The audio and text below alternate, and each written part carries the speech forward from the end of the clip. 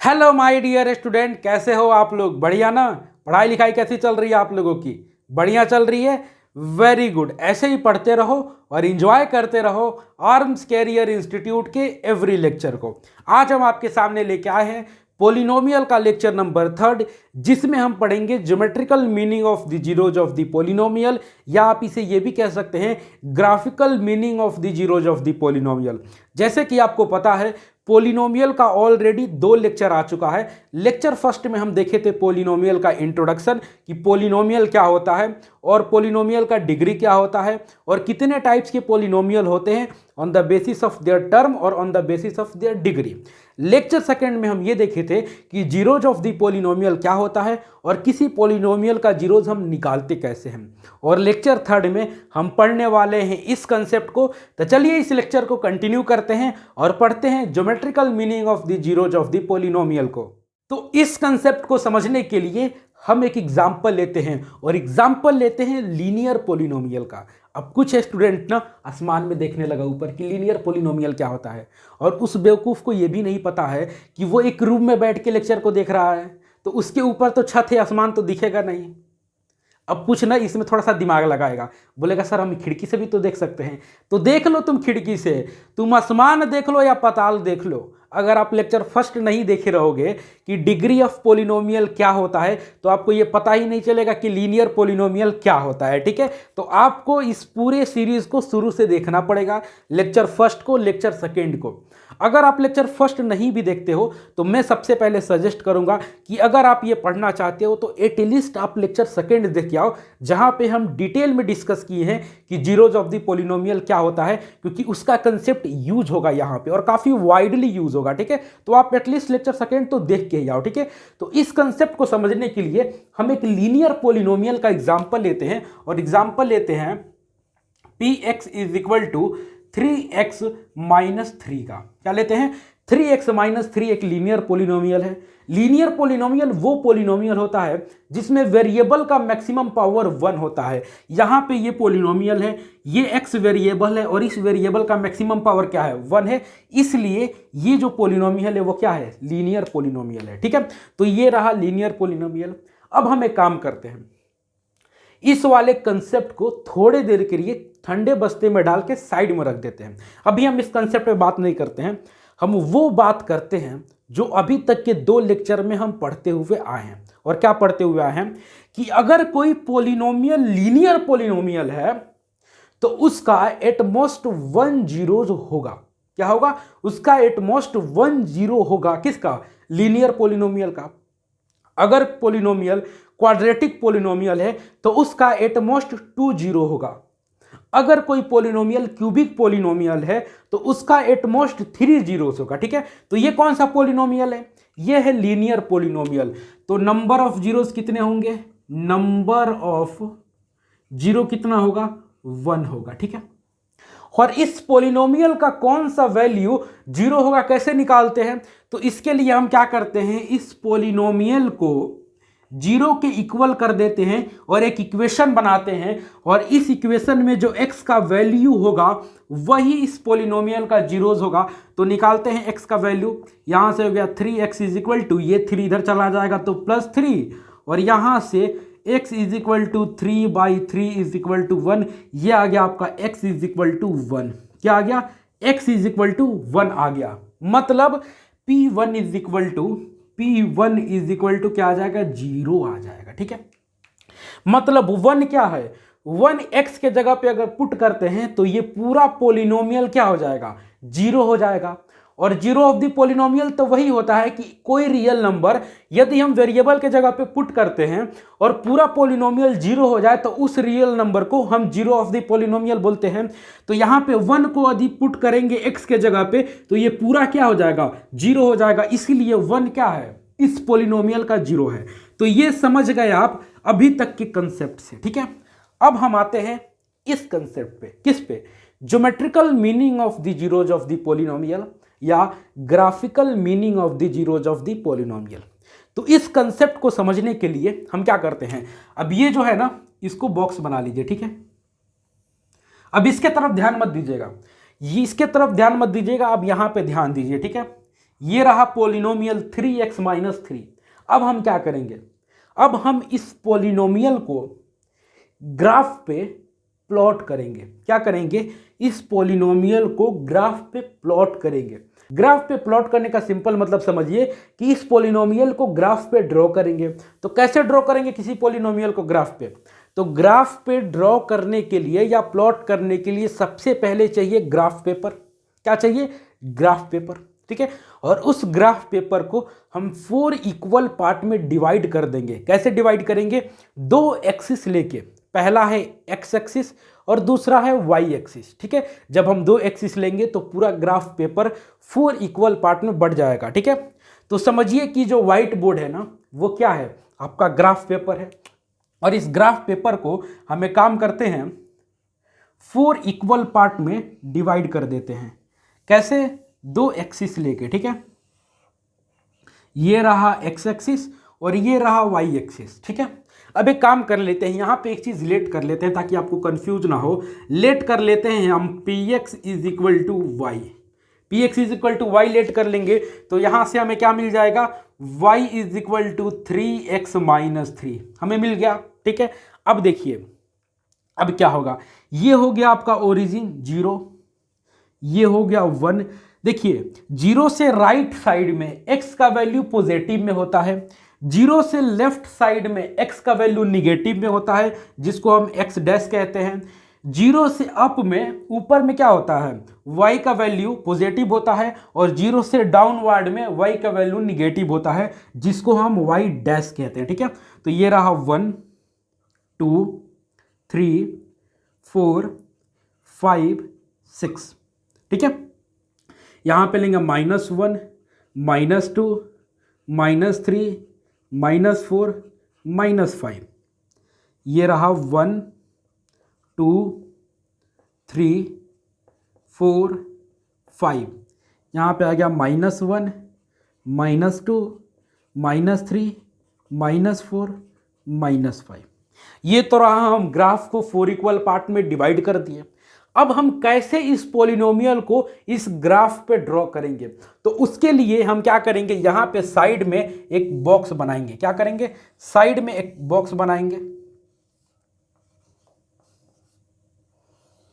ये बना लिए हम। अब देखिए हम ना x का वैल्यू चेंज करेंगे और यहां पे जैसे जैसे x का वैल्यू चेंज होगा उसके कोरस्पॉन्डिंग y का भी वैल्यू चेंज होगा। तो यदि हम x के जगह पे 0 लेते हैं, क्या लेते हैं, x के जगह पे 0 लेते हैं तो y क्या हो जाएगा, यहां पे देख लीजिए कैलकुलेशन करके, y is equal to 3 multiply 0 minus 3, यहां से आ गया 0 माइनस 3 इज इक्वल टू -3। तो y इज इक्वल टू क्या आ गया आपका -3, ठीक है। ये कैलकुलेशन कर लिए हम। अब देखिए अब हम x के जगह पे 1 पुट करते हैं। क्या पुट करते हैं, x के जगह पे 1, तो y क्या हो जाएगा, y is equal to 3 multiply 1 minus 3, ये हो जाएगा 3 माइनस 3 इज इक्वल टू 0। तो y इज इक्वल टू क्या हो जाएगा 0, ठीक है। अब x के जगह पे हम 2 पुट करते हैं, ठीक है। x के जगह पे 2 पुट करेंगे तो क्या हो जाएगा, y is equal to 3 minus 2 minus 3, ये हो जाएगा 6 माइनस 3, ये आपका हो जाएगा 3। तो x के जगह पे यदि 2 पुट करेंगे तो y क्या हो जाएगा 3 हो जाएगा। अब हम क्या करेंगे, ये सारा काम हो गया। अब देखिए अब ये जो कोऑर्डिनेट है ना उसको यहां पे पॉइंट करेंगे। तो देखो जब x का वैल्यू 0 है तो y का वैल्यू क्या है -3 है, तो x का वैल्यू यहां पे 0 है तो y का वैल्यू क्या है -3, मतलब यहां पे है, ठीक है, हो गया। अब देखिए यदि x का वैल्यू 1 है, क्या है, x का वैल्यू 1 है तो y का वैल्यू 0 है, मतलब इसी एक्सिस पे x का वैल्यू यदि 1 है तो y का वैल्यू क्या है 0 है। यदि x का वैल्यू 2 है, यदि x का वैल्यू 2 है तो y का वैल्यू क्या है 3 है, तो यहां पे चले जाइए, ठीक है। क्या चले जाइए, यहां पे x का वैल्यू यदि 2 है तो y का वैल्यू क्या है 3 है। अब हम क्या करेंगे, इन तीनों पॉइंट को ज्वाइन कर देंगे। क्या करेंगे, इन तीनों पॉइंट को ज्वाइन कर देंगे। तो ज्वाइन कैसे करेंगे, कुछ ऐसे ज्वाइन होगा, ठीक है। अब देखिए ये हम ज्वाइन कर लिए।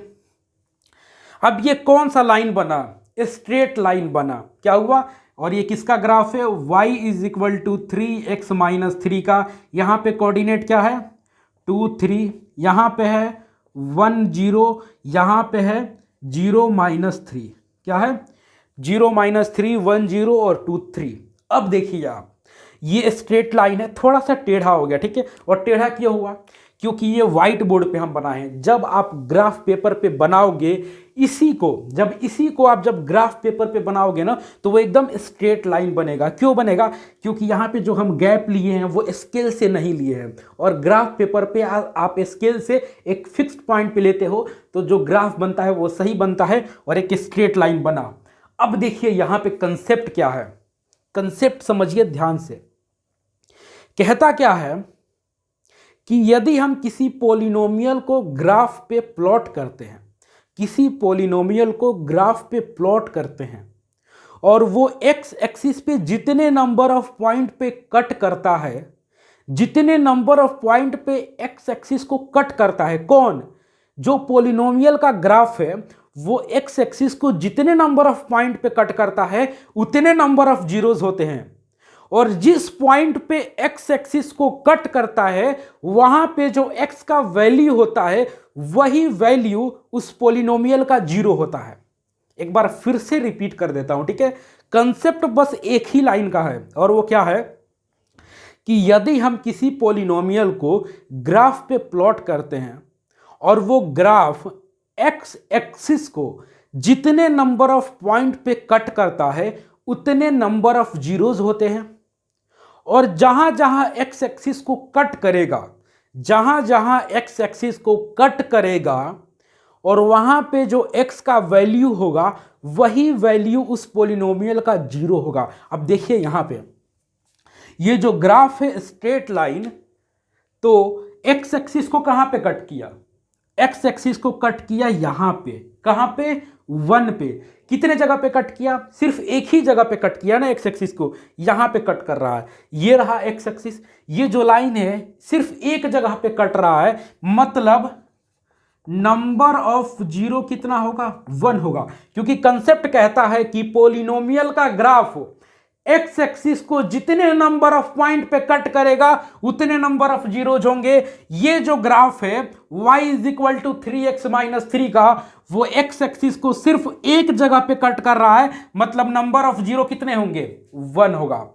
दूसरा कंसेप्ट, जिस पॉइंट पे एक्स एक्सिस को कट कर रहा है वहां पे जो x का वैल्यू है 1, वही क्या होगा इस पॉलिनोमियल का जीरो होगा, मतलब p1 इज इक्वल टू 0। ठीक है, ये रहा geometrical meaning of the zeros of the polynomial. और एक बात बताइए, आप बिना ग्राफ के भी पहले निकाल लिए थे कि नंबर ऑफ जीरोज क्या होगा 1 होगा और p1 इज इक्वल टू 0 है, और ग्राफ का भी यूज करके आप निकाल लिए कि नंबर ऑफ जीरो क्या होगा 1 होगा और p1 इज इक्वल टू 0 है। तो एक बार जरा मैं पूरा समराइज कर दे रहा हूं पूरी चीज को, ठीक है, कि यदि किसी पॉलिनोमियल को, ये जो ग्राफिकल रिप्रेजेंटेशन है वो क्या कहता है, एक लाइन का स्टेटमेंट है कि यदि हम किसी पॉलिनोमियल को ग्राफ पे प्लॉट कर रहे हैं और वो जो ग्राफ है, ग्राफ का जो कर्व है वो एक्स एक्सिस को जितने नंबर ऑफ पॉइंट पे कट करेगा उतने नंबर ऑफ जीरोज होंगे उस पॉलिनोमियल के, और जहां जहां पे एक्स एक्सिस को कट कर रहा है और वहां पे जो एक्स का वैल्यू होगा वही उस पॉलिनोमियल का जीरोज का वैल्यू होगा। समझ गए यहां पे?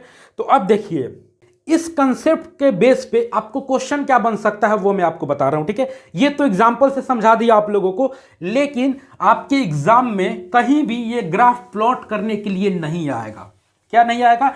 ये ग्राफ प्लॉट करने के लिए नहीं आएगा। डायरेक्ट आपको ग्राफ दे देगा, आपको डायरेक्ट ग्राफ दे देगा और बोलेगा इस ग्राफ के कितने नंबर ऑफ जीरोज हैं, ठीक है। लेकिन फिर भी ये मैं क्यों बताया, ताकि आप कंसेप्ट के रूट में जा सको कि कहां से कंसेप्ट आया है और कैसे हम बिना ग्राफ के भी निकाल सकते हैं नंबर ऑफ जीरोज, और जीरोज का वैल्यू ग्राफ का यूज करके भी कर सकते हैं हम, ठीक है। तो आप कंसेप्ट के रूट में जा सको, इसीलिए हम एग्जांपल लेके ग्राफ प्लॉट किए। लेकिन आपका जो क्वेश्चन बनेगा सिंपल, आपको क्या दिया रहेगा, एक ग्राफ दिया रहेगा, ठीक है। एक ग्राफ दिया रहेगा, जैसे ये हो गया ग्राफ, ठीक है। अब बोलेगा ये रहा y is equal to a x square plus b x plus c. अब बोलेगा एक बात बताइए, इस पॉलिनोमियल के कितने नंबर ऑफ जीरोज होंगे? तो सिंपल वही कंसेप्ट लगाइए आप कि अगर किसी पॉलिनोमियल को हम ग्राफ पे प्लॉट कर रहे हैं और उस पॉलिनोमियल का कर्व एक्स एक्सिस को जितने नंबर ऑफ पॉइंट पे कट करेगा उतने नंबर ऑफ जीरोज होंगे। तो ये अगर आपको ग्राफ दे दे, ये ग्राफ दे दे वाई डैश एक्स डैश और जीरो, और बोले कि एक बात बताइए इस पॉलिनोमियल के कितने नंबर ऑफ जीरोज होंगे, तो क्या बोलोगे? यहां पे एक्स एक्सिस को कट कर रहा है और यहां पे एक्स एक्सिस को कट कर रहा है, मतलब number of zeros is equal to क्या है? 2 है। दो जगह पे एक्स एक्सिस को कट कर रहा है तो कितने नंबर ऑफ जीरोज हैं? 2। और आपको बिना ग्राफ के ये पता है कि यदि कोई पॉलिनोमियल है और वो पॉलिनोमियल क्वाड्रेटिक पॉलिनोमियल है तो उसके एटमोस्ट 2 जीरोज होंगे। एटमोस्ट का मतलब ये है कि मैक्सिमम 2 जीरो हैं। कभी कभी ये भी हो सकता है कि सिर्फ एक ही जीरोज हो, और कभी कभी ये भी हो सकता है कि एक भी जीरो ना हो क्वाड्रेटिक पॉलिनोमियल का, लेकिन मैक्सिमम 2 जीरोज होगा। क्या होगा? मैक्सिमम 2 जीरोज होगा। किसी क्वाड्रेटिक पॉलिनोमियल का 3 जीरोज नहीं हो सकता है। ठीक है, कितना जीरोज होगा? या तो एक भी जीरो नहीं होगा, या सिर्फ एक जीरो होगा, या 2 जीरो होगा, 2 से ज्यादा नहीं होगा। लीनियर पॉलिनोमियल का एग्जैक्टली 1 जीरोज होता है। क्यूबिक पॉलिनोमियल का मैक्सिमम 3 होता है, और मैक्सिमम 3 का कहने का मतलब है कि या तो जीरो पॉलिनोमियल होगा, मतलब एक भी पॉलिनोमियल नहीं होगा, या तो एक जीरोज होगा, या तो 2 जीरोज होगा, या तो 3 जीरोज होगा, लेकिन कभी भी किसी क्यूबिक पॉलिनोमियल का 3 से ज़्यादा मतलब 4 नंबर ऑफ जीरोज नहीं हो सकते हैं। ठीक है, तो ये रहा आपका क्वाड्रेटिक पॉलिनोमियल का ग्राफ। और क्वाड्रेटिक पॉलिनोमियल का ग्राफ कैसे होता है? पैराबोलिक होता है। ये जो आपको ड्रॉ किया गया है ये क्या है? पैराबोलिक है। ठीक है, एक और एग्जांपल लेते हैं। ठीक है, अब बताइए आपको यह देखिए कोई ग्राफ दे दे ऐसे। ठीक है, 0 x y dash x dash, और ऐसे ग्राफ दे दे। ये भी किसका ग्राफ है? y is equal to a x square plus b x plus c का। ये भी क्या है? क्वाड्रेटिक पॉलिनोमियल का ग्राफ है, और पूछे कितने नंबर ऑफ जीरोज होंगे, तो बताइए कितने होंगे? Number of zeros is equal to 0, मतलब एक भी जीरोज नहीं होंगे। क्यों? क्योंकि ये जो ग्राफ है एक्स एक्सिस को कहीं पे कट ही नहीं कर रहा है, एक्स एक्सिस के ऊपर है, मतलब नंबर ऑफ जीरोस क्या होंगे? 0 होंगे। तो अभी मैं बताया कि जरूरी नहीं कि क्वाड्रेटिक पॉलिनोमियल का 2 जीरोस हो, क्वाड्रेटिक पॉलिनोमियल का मैक्सिमम 2 होता है, और मैक्सिमम 2 कहने का मतलब है कि एक भी जीरोस नहीं हो सकता है, या एक जीरो होगा या फिर 2 जीरोस होंगे। ठीक है, तो एक और एग्जांपल लेते हैं हम क्वाड्रेटिक पॉलिनोमियल का ही, जिसमें क्वाड्रेटिक पॉलिनोमियल का 1 जीरोस होगा। ठीक है, तो देखिए ये रहा क्या? y डैश 0 x और x डैश।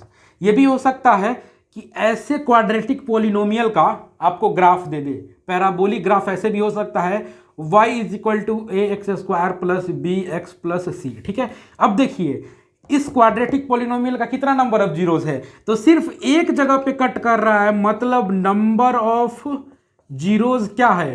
1 है। ठीक है, तो ऐसे क्वेश्चन बनेंगे आपको, और इसी के बेस पे आपको बनेगा एनसीईआरटी एक्सरसाइज 2.1।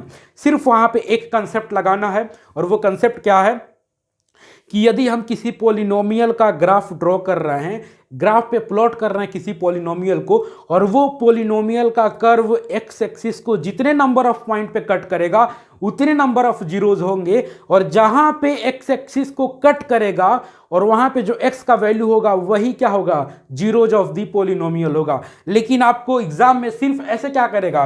ग्राफ दे देगा, ये क्वाड्रेटिक पॉलिनोमियल का आपको कर्व दे देगा, आपको पूछेगा नंबर ऑफ जीरोज। ठीक है, यहां पे एक्स का वैल्यू कहीं दिया नहीं है तो आपसे पूछेगा नहीं। ठीक है, अगर एक्स का वैल्यू दे दे तो आपसे पूछेगा, तो आप बता सकते हैं, क्योंकि यहां पे जो एक्स का वैल्यू होगा वही क्या होगा? जीरोज का वैल्यू होगा। तो यहां पे आप समझ गए geometrical meaning of the zeros of the polynomial. तो इस लेक्चर को यहीं पे कंप्लीट करते हैं। नेक्स्ट लेक्चर में हम सॉल्व करेंगे एनसीईआरटी एक्सरसाइज 2.1 को। आप खुद से उस एक्सरसाइज को सॉल्व करिएगा, काफ़ी इजी एक्सरसाइज है, लेकिन फिर भी उसका वीडियो लेक्चर लेके आऊँगा ताकि आपको प्रॉब्लम ना हो। तो बने रहिए आर्म्स कैरियर इंस्टीट्यूट के चैनल पे, इंतजार करिए अगले लेक्चर का। तब तक के लिए फिल दी knowledge, bye bye, thank you.